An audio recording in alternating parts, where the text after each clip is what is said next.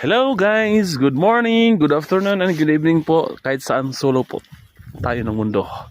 Ako pala si DJ Idol, nagbablog ngayon dito sa Budapest, Hungary, Europe. Tingnan niyo po ngayon, yung daan, dati pong maluwang niya ngayon, puro yelo na po yan. Oh, nakita niyo po yung paligid. Oh, kasi kabayan na naglalakad. Nilalamig din si kabayan. Ito, tingnan mo yung buong lugar. Napakapal. Tapos yung naglalakad na sa dulo, makapal ang mukha nun eh. Pilipino yata yun. Tapos tingnan nyo po yung lugar dito, halos patay na po yung mga puno dahil sa sobrang lamig. Yan, dati pong ano yan, apple. Ngayon, wala na. Tuyot na. At saka ito po, fine tree po yan.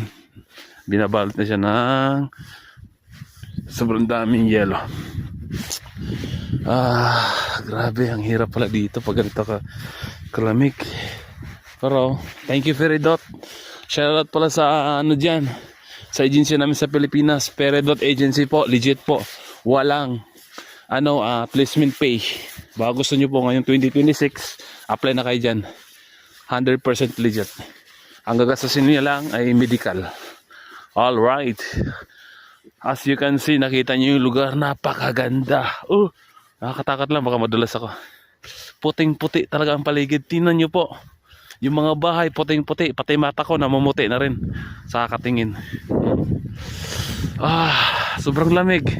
Buti pa dito, malamig. Parang puso ko nilalamig din. Aray ko, ang sakit. Shoutout sa ating lahat, sa mga umibig dyan. Huwag masyadong lumamig baka maging yellow kayo. Hanggang dito na lang. Pakilala ko muna si DJ Idol. Gang gang. Dito lang yan sa Hungary Budapest. Alright. Uy, may aswang. May aswang pa shout out. Sabi ng crow. Uwak, uwak.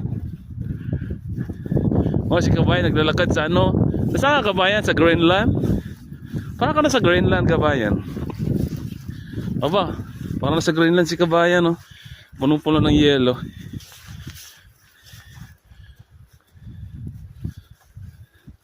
Kabayan talaga, hindi nilalamig. Hanggang dito na lang po. Thank you so much.